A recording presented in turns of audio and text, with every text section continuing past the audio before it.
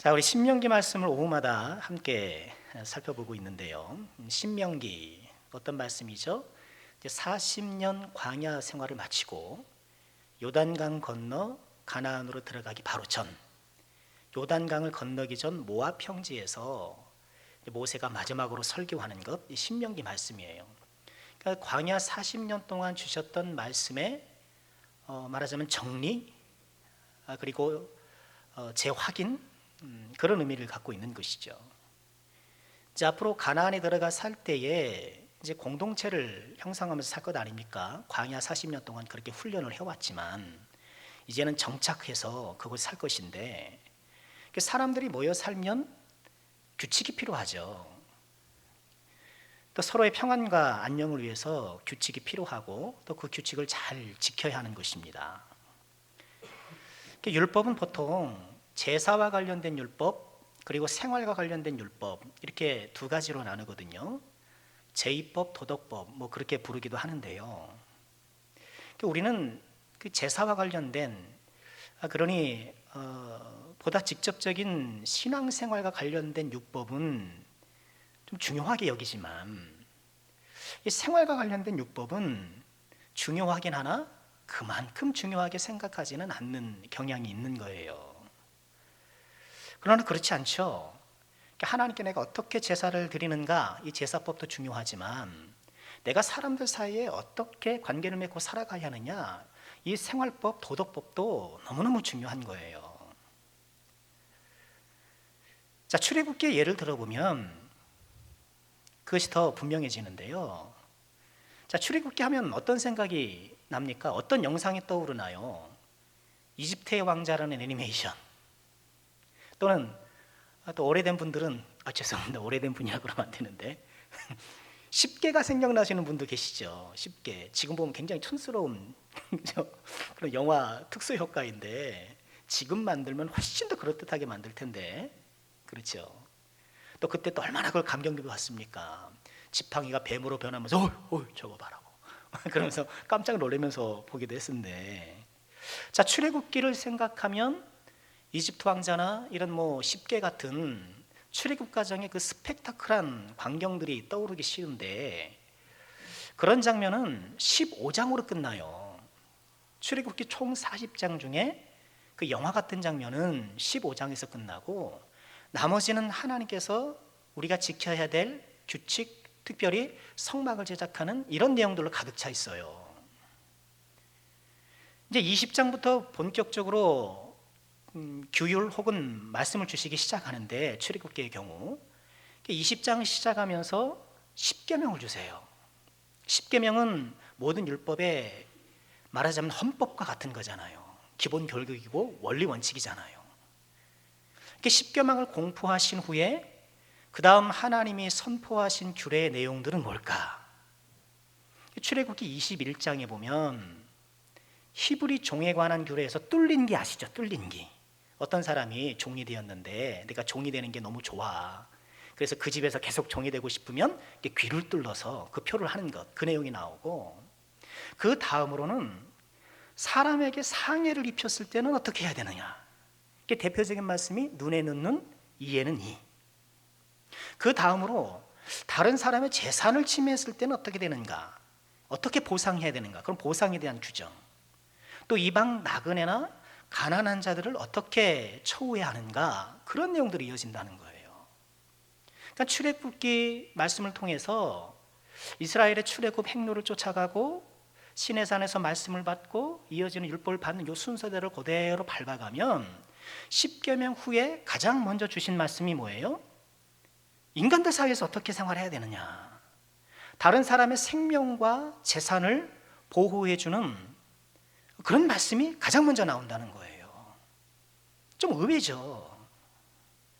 그 후에 안식일 규정, 3대 절기, 성막을 어떻게 만드느냐, 언약궤를 어떻게 마느냐, 그렇게 나오는 거예요. 그러니까 출애굽 행로를 쫓아가면 우리가 제일 먼저 만나는 그 규례가 10계명 다음으로 사람의 생명과 재산을 보호하는 것, 인간관계 속에서 우리가 지켜야 될 규례, 이것이 등장하는 거예요. 그러니까 이런 순서만 보아도 이런 도덕법, 이 사람들 사이에 서로 지켜야 될 이런 말씀의 규칙이 얼마나 중요한가. 우리는 흔히 하나님 사랑, 이웃 사랑 이 순서에 따라서 하나님 사랑하는 보다 적극적인 방법, 어떻게 제사를 지내느냐, 어떻게 하냐, 거기에 우리가 먼저 관심을 기울이기 쉬운데 그렇지 않다는 거예요. 똑같이 귀하다는 거예요. 그러니 이런 것만 보아도 우리는 예수님께서 왜 굳이 안식일에 병자를 고치셨는지를 짐작할 수 있죠. 예수님께서 안식일에 몇 명의 병자를 고치셨어요. 안식일은 일하면 안 되는데, 그러니 유대인들이 막 반발하잖아요. 병자가 뭐 당장 죽는 것도 아니고 뭐 어디 가는 것도 아니잖아요. 하루 쉬었다가 내일 고쳐주면 뭐 어떻습니까만. 그런데 굳이 예수님께서는 안식일에 병자를 고쳐주셔서 논란을 자초하신단 말이죠. 그 사람들이, 그때 그 사람들이 어때요? 하나님 섬기고 뭐 하는 뭐 그런 것들은 참 중요하게 여기지만 반면에 사람 생명, 또 사람의 안녕, 이런 것들은 등한히 여겼던 것을 그렇게 찝어내시는 것이죠. 하나님과 사랑과 이웃 사랑은 하나의 계명이죠. 어느 것 하나가 더 크다, 어느 것가 더 중요하다, 그렇지 않아요. 이웃 사랑 없는 하나님의 사랑, 그런 건 없죠. 또 하나님 사랑 없는 이웃 사랑, 그것도 없는 것이죠. 함께 갈 수밖에 없는 거예요. 자, 그런 의미에서 우리가 요즘 계속 살펴보고 있는 이 말씀, 너무나 귀한 말씀이에요. 이웃을 사랑하되 특별히 가난하고 소외된 사람들을 내가 어떻게 대해야 될 것인가. 오늘 말씀을 통해서 우리가 좋은 교훈과 또 적용을 얻게 되는데요. 자, 말씀 속으로 좀 들어가 볼까요? 자, 오늘 말씀은 이웃에게 꾸어줄 때에 대한 규례, 뭘 꿔줄 때가 있잖아요. 빌려줄 때가 있잖아요. 그럴 때 어떻게 해야 되느냐, 그런 말씀이에요. 꾸어주거나 또 꾸어준 것을 돌려받거나 이렇게 하는 건 어때요? 그건 뭐 일상생활이잖아요. 있을 수 있는 일이잖아요. 그러니까 하나님의 말씀을 가만 살펴보면 그렇게 일상생활에서 있을 법한 일들까지도 주께서 이렇게 말씀으로 말씀해 주시는 걸 봐요. 그렇죠.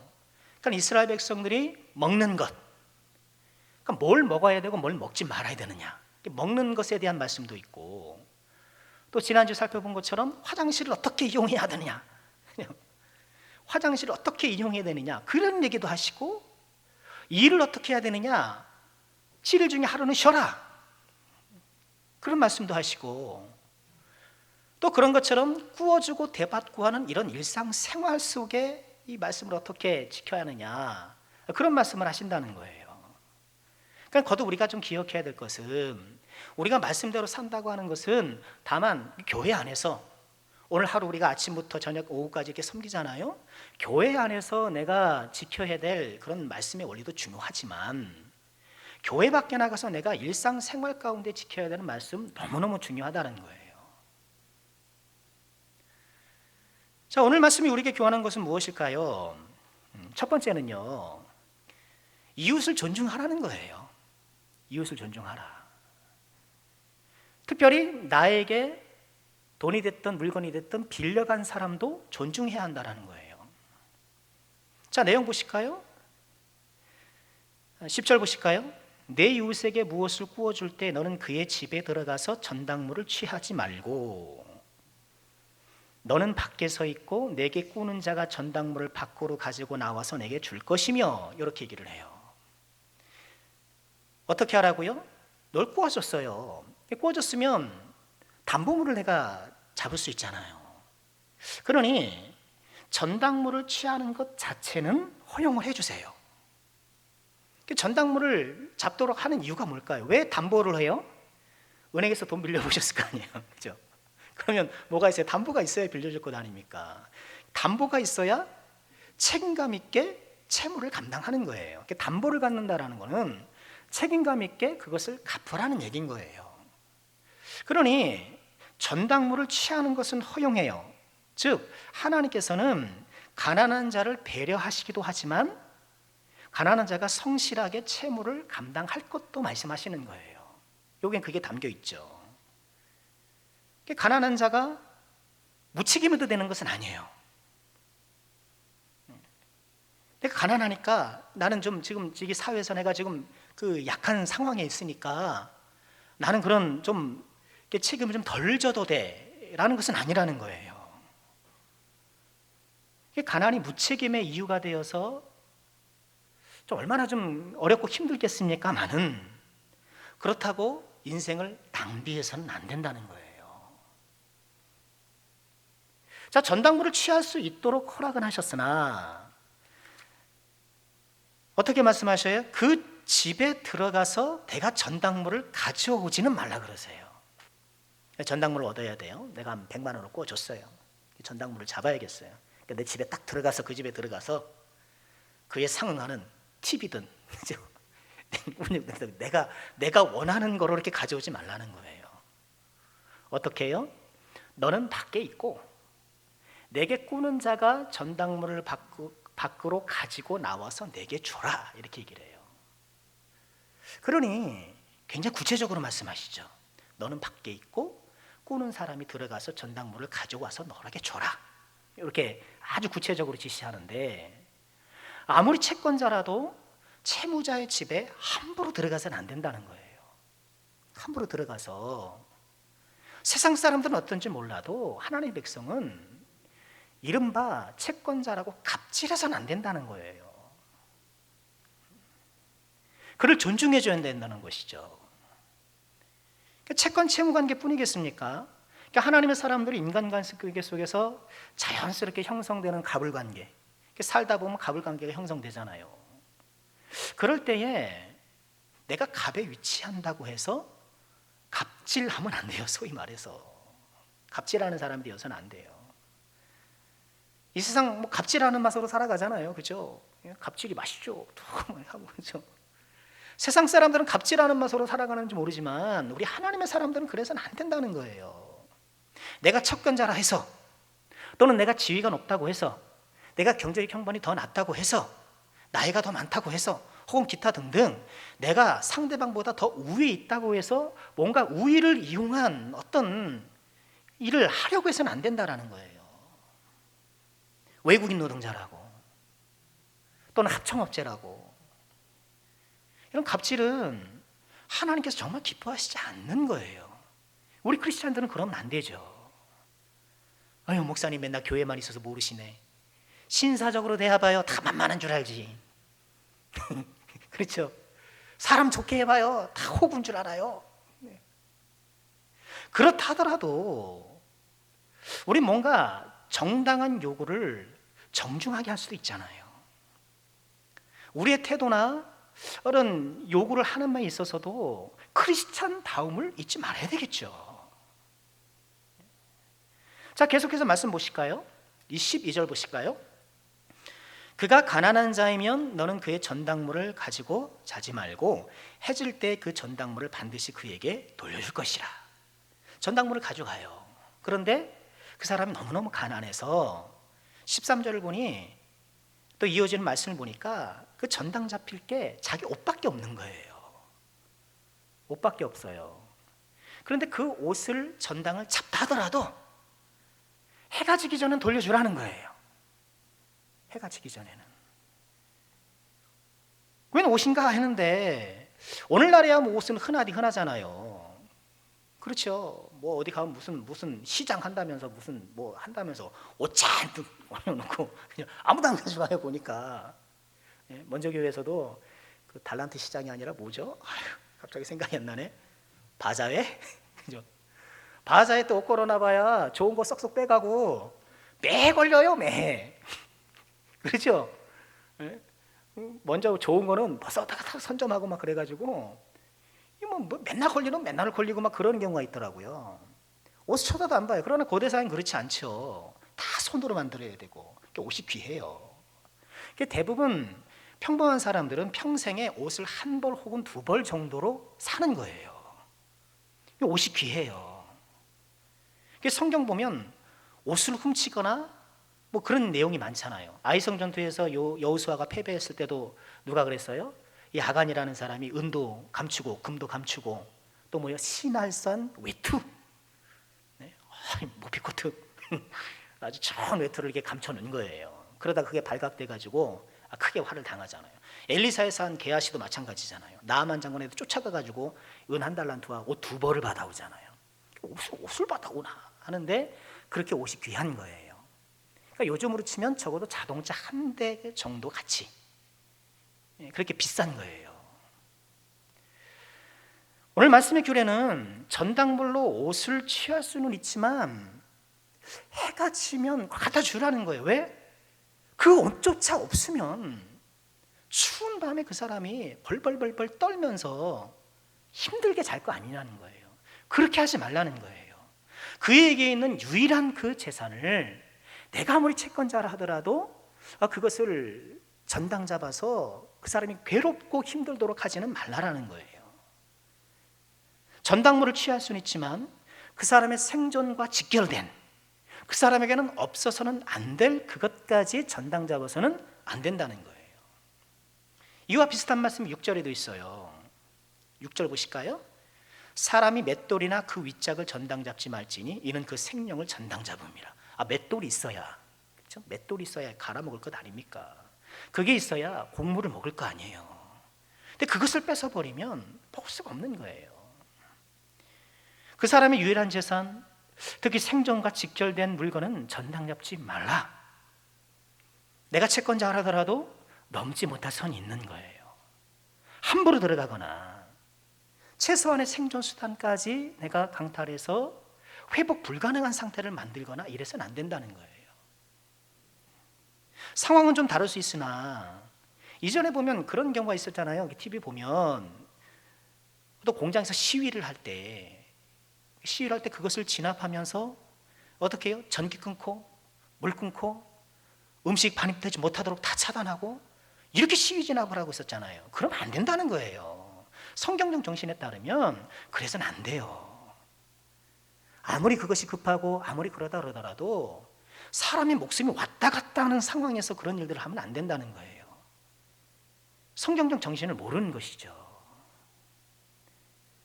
하나님은 아무리 가난한 사람이라도 나에게 꾸어간, 그래서 나보다 을의 위치에 있는 사람이라 하더라도 넘지 말아야 될 선이 있고 그를 존중해줘야 되고 그것이 귀하다는 거예요.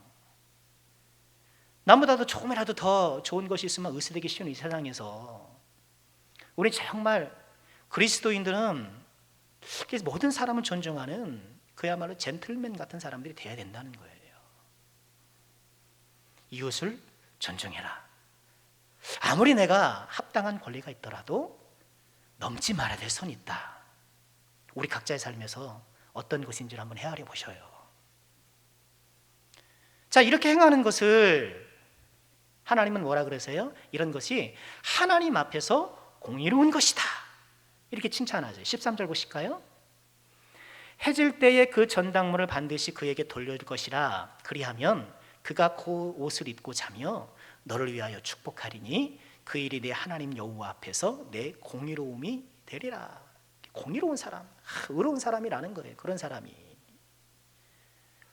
여기서 우리는 세상의 공의와 하나님의 공의가 살짝 다르다라는 것을 알 수 있어요. 세상의 공의는 어떤 거예요? 돈 꾸어간 사람이 반드시 갚는 것이 공의죠.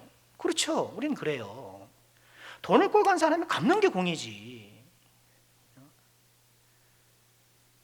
또 그가 채무를 감당하지 못하면 그에 합당한 대가를 치르게 하죠. 그게 공의라고 생각하는 거예요. 세상의 공의는 그래요. 그러나 하나님의 공의는 살짝 달라요. 채권자가 권리가 있음에도 그 권리를 다 행사하지 않고 절제하는 것을 공의라고 얘기하는 거예요. 그게 공의예요. 채무자를 존중하고 관대하게 대하는 것이 공의다. 세상은 채무자에게 공의를 요구하지만 꼭 갚어. 이런 강조점이 있고 거기에도 방점이 있지만 하나님의 공의는 오히려 채권자에게 요구하시더라는 거예요. 왜 그런가? 그가 꾸어주는 사람이 되었기 때문에 그래요. 그가 꾸어주는 사람이 되었기 때문에. 이 꾸어준다라는 것은 신명기적 관점에서 보면 하나님의 은혜를 받은 사람이에요. 신명기 28장 12절 보실까요? 여호와께서 너를 위하여 하늘의 아름다운 보고를 여시사 내 땅에 때를 따라 비를 내리시고 내 손으로 하는 모든 일에 복을 주시리니. 자막이 없어요. 신명기 28장 12절입니다. 찾아보시죠.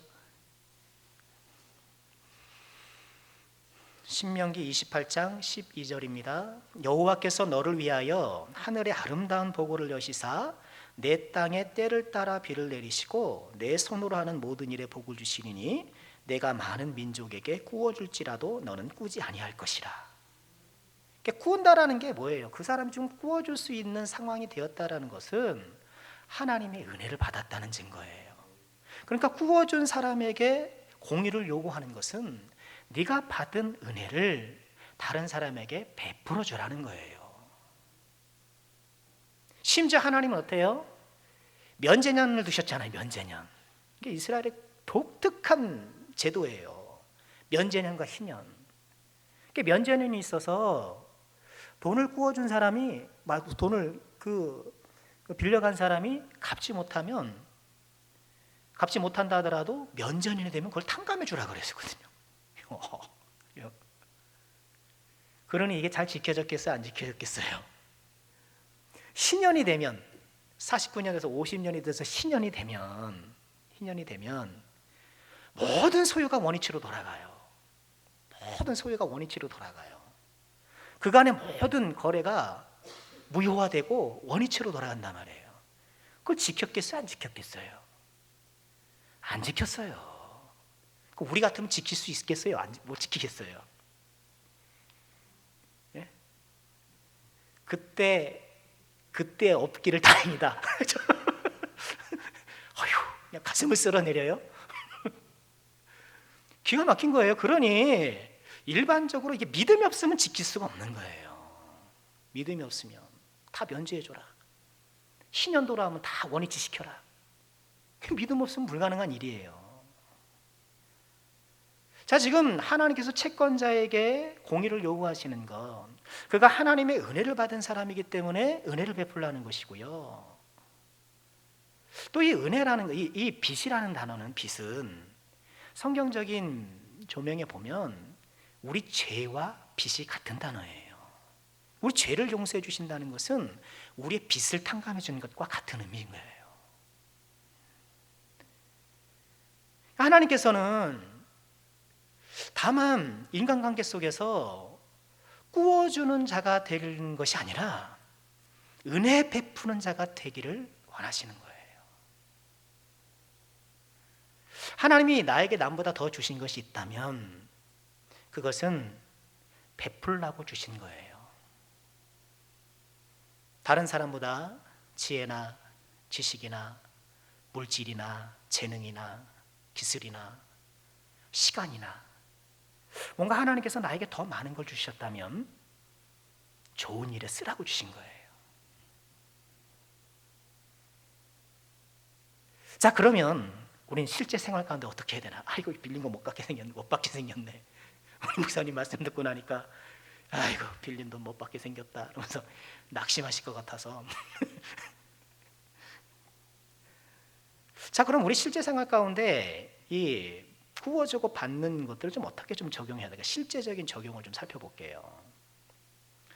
우리도 구약 성경의 면제는처럼 나에게 구워건 사람의 돈을 무조건 탕감해 줘야 하는가? 물론 탕감해 주면 좋겠으나 사실 이런 율법은 오늘날 그대로 문자 그대로 적용하기는 어려워요. 또 그럴 이유도 사실은 없는 것이고요. 그 정신을 가져와야죠. 자, 우리의 실제적인 적용의 힌트를 이자 규례에서 얻을 수 있을 것 같아요. 자, 신명기 23장 20절에 보면 이자에 관한 내용이 나와요. 신명기 23장 20절입니다. 타국인에게 내가 구워주면 이자를 받아도 되거니와 내 형제에게 구워주거든 이자를 받지 말라. 그리하면 내 하나님 여호와께서 내가 들어가서 차지할 땅에서 내 손으로 하는 범사에 복을 내리시리라. 자, 이 이자 조항을 보면 타국인에게는 이자를 받아도 되나 동족 이스라엘 형제들에게는 이자를 받지 말라 이렇게 말씀을 하셔요. 이 말씀 문자로만 보면 민족에 따라서 국적에 따라서 이렇게 차등으로 혹은 다르게 적용하라 그런 말씀으로 보이는데 그 이면을 돌아가 보면 왜 형제에게는 이자를 받지 말라고 하셨을까? 그것은 형제는 같이 사는 사람들이잖아요. 그러니까 지역 공동체 속에서 함께 사는 사람들이에요. 그래서 그 사람들이 부득이 뭔가를 꾼다고 할 때에는 정말 그의 생존에 필요하기 때문에 그러는 거예요. 생존과 직결되어 문제로 인해서 그 사람에게 꾸어달라고 하는 거예요. 그런 경우에는 이자를 받지 말라는 거예요. 반면 타국인은 타국인이 뭐하러 이스라엘까지 와가지고 돈을 꾸겠어요? 그렇죠. 생각해 보세요. 타국인이 뭐 이스라엘까지 와가지고 돈을 꾸겠습니까? 이 사람들은 타국에서 이윤을 남기기 위해서 장사를 하는 사람들이에요. 이 장사를 하는 사람들이 이윤을 남기려고 하는 데 있어서는 이자를 받도록 허용하신 거예요. 이걸 우리가 그대로 적용하면 돼요. 그러니 생존을 위해서 꾸는 경우에는 이자를 안 받을 수 있겠으나 더 많은 이윤을 내기 위해서 꾸는 경우에는 이자를 받아도 되는 거예요. 성경 그렇게 적용이 돼요. 예수님의 달란트 비유를 보면 한 달란트를 그냥 묻어버린 사람을 책망할 때 뭐라고 책망하셔요? 마태복음 25장 27절에 보면 그러면 내가 마땅히 내 돈을 취리하는 자들에게 맡겼다가 내가 돌아와서 내 원금과 이자를 받게 할 것이 아니냐. 누가복음 같은 본문에서는 은행이라고도 얘기를 하셔요. 그러니 은행이나 취리하는 자들, 이윤을 남기는 사람들한테 내가 투자했을 경우에는 이자를 받는가? 그거는 합당하다는 거예요. 자, 이 원리를 우리 실생활에 좀 적용해 보면 오늘날 어떤가요? 정말 그거 없으면 안 되는 경우도 있을 수 있겠으나 그래도 우리 오늘날에는 그만큼은 아니잖아요. 그렇죠. 내가 당장 그게 없으면 내가 굶어 죽는 것이 아니라 내가 뭔가를 해야 되는데 부족해서 이렇게 돈을 빌리거나 할 때가 훨씬 더 많은 것이죠. 그러니 우리가 믿음의 어떤 형제 가운데서 이자를 받지 않으면 그것도 훌륭한 일이겠지만 그러나 받는다 하더라도 그것이 말씀에 크게 위배되는 것은 아니라는 거예요. 탕감도 마찬가지인 거예요. 내가 누군가 빚을 줬을 때 그걸 탕감해주고 하는 것도 내가 정말 그 사람이 어렵고 힘든 것을 이해해서 또 내가 좀 넉넉해서 탕감해주면 당연히 하나님 앞에 칭찬받을 일이겠죠. 그러나 또 우리의 대부분은 뭐예요? 내가 정말 없어서 그런 것보다도 부족해서 그거를 좀 더 해야 되기 때문에 그래서 내가 돈을 빌리는 경우가 더 많기 때문에 마땅히 그 빌려준 것을 다시 받는 것이 합당하다라는 거예요. 자, 이해되시겠나요? 그런 이것을 우리가 율법적으로 적용할 필요는 없어요. 그럼 내가 여유가 있어서 내가 빌려준 거 이자도 안 받고 이렇게 계속 탕감해 줄 수도 있을 것 같으면 그렇게 해줄 수도 있는 거죠.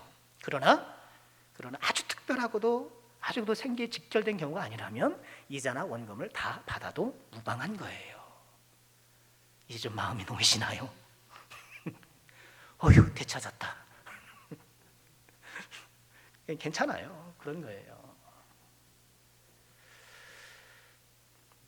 또 우리가 좀 생각해 볼 것은요, 우리 성도 간에는 금전적 관계를 안 맺는 것이 좋아요. 그렇죠? 안 맺는 것이 좋아요. 돈 관계 맺었다가 좀 관계가 좀 어렵고 힘들어지는 경우가 왕왕 있어요. 또 동업하는 것도 좀 별로 권장드리지가 않아요. 왜냐하면 우리가 함께 동업해서 어떤 일을 할 때에 요새 사실 잘 되는 일이 얼마나 돼요? 없잖아요, 거의. 반짝 잘 된다 하더라도 힘들어질 때가 많거든요. 그래서 같이 믿음의 형제들끼리 뭘 동업을 하다가 일이 잘 안 되면 서로 좀 마음 상하는 경우도 또 생겨요. 그러니까 가급적 금전적 관계나 이런 동업은 피하는 것이 좋겠다라는 것이고요. 그럼에도 불구하고 먼저 돈을 빌려주고 받고 그럴 때가 있을 수 있겠죠. 또 요청을 하고 해야 하면 할 것 같고 또 외면하기 어려울 때가 있을 수도 있어요. 그럴 때는 어떻게 하는 것이 일반적으로 좋다고 얘기를 해요? 내가 안 받아도 될 만큼만 빌려주세요. 안 받아도 될 만큼만. 이게 지혜로워요. 너무 내가 무리해서 빚을 내어서 꾸어준다라든가 보증을 선다든가 그런 건 좋은 방법은 아닌 것 같아요. 요새 비투비투 하잖아요. 비투. 우리 성도님들 비투 하시는 분 계세요? 막 주식 막 빚내서 막 주식 사고 그런다잖아요. 뭐 주식 막 오른다니까. 합당하지 않아요. 우리에게 있는 바를 귀히 여기고 자족하고 좀 여유가 있을 때나 뭐 하면 모를까. 그리고 빌려간 사람은 당연하지만 1,000원짜리 한 장이라도 반드시 갚아야 돼요. 막 차일피일 미루고 은근슬쩍 넘어가고 그런 게 제일 그렇잖아요. 달라 그러기는 왠지 좀 그렇고 안 받으면 조금 자꾸 마음 쓰기고 그렇죠? 그런 액수가 있잖아요. 얼마 정도 개인마다 다르겠습니다만 달라 그러자니 괜히 좀 그렇고 안 받기는 또 그렇고 해서 애매하게 그렇게 몇 년 가요.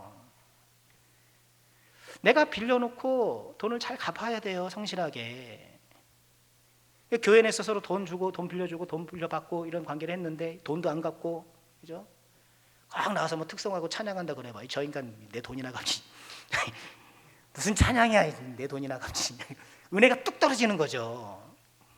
그렇지 않겠습니까? 그 인간 보면 내 돈을 안 갖고 저기서 찬양하고 있네. 은혜 못 받는 거예요. 히브리서 13장 5절에 이런 말씀을 하셔요. 돈을 사랑하지 말고 있는 바를 족한 줄로 알라. 돈을 사랑하지 말고 있는 바를 족한 줄로 알아라. 빚도 막 하고 그러지 마세요. 저 수도권에 아파트 오른다고 막 그렇게 하지 마셔요. 있는 바를 족하게 여기고 그가 친히 말씀하시기를 내가 결코 너희를 버리지 아니하고 너희를 떠나지 아니하리라 하셨느니라. 그렇게 내가 욕심 부리고 그렇지 않아도 하나님께서 버리지 아니하시고 떠나지 아니하시고 너와 함께 할 것이다. 뭐 지혜로운 그런 재테크나요? 할 수는 있을 거예요. 그러나 과도하게 뭐 그거 없으면 안 될 것처럼 해서 막 빚걸어 모아서 막 무리해 가면서 그렇게 하시지는 말라는 거예요. 자, 말씀을 좀 정리해 볼까요? 오늘 전당물을 취하는 이 말씀 같이 한번 살펴보면서 신앙의 원리들을 한번 생각해 보았는데 내가 아무리 갑의 위치에 있다 하더라도 갑질해서는 안 되고 아무리 연약한 자라 하더라도 내가 넘어서지 말아야 될 선이 있는 것이고 또 우리 실생활에 있어서 돈 거래를 지혜롭게 하는 것 지혜롭게 하고 또 성실하게 또 갚을 건 갚고 또 너그러움을 베풀 수 있을 땐 또 너그러움을 베풀고 돈의 원리에 아니 돈의 이 세상의 어떤 그 관습에 우리가 붙들리지 않고 믿음 안에 지혜롭게 경제생활하는 우리가 꼭 되어야 되겠습니다. 금전관계에 있어서도 하나님의 덕을 세우고 금전관계에 있어서도 그리스도의 향기를 바라고 우리 모두가 그런 사람이 되어야 되겠습니다. 이번 한 주간도 주 안에서 승리하시기를 주의 이름으로 축원합니다.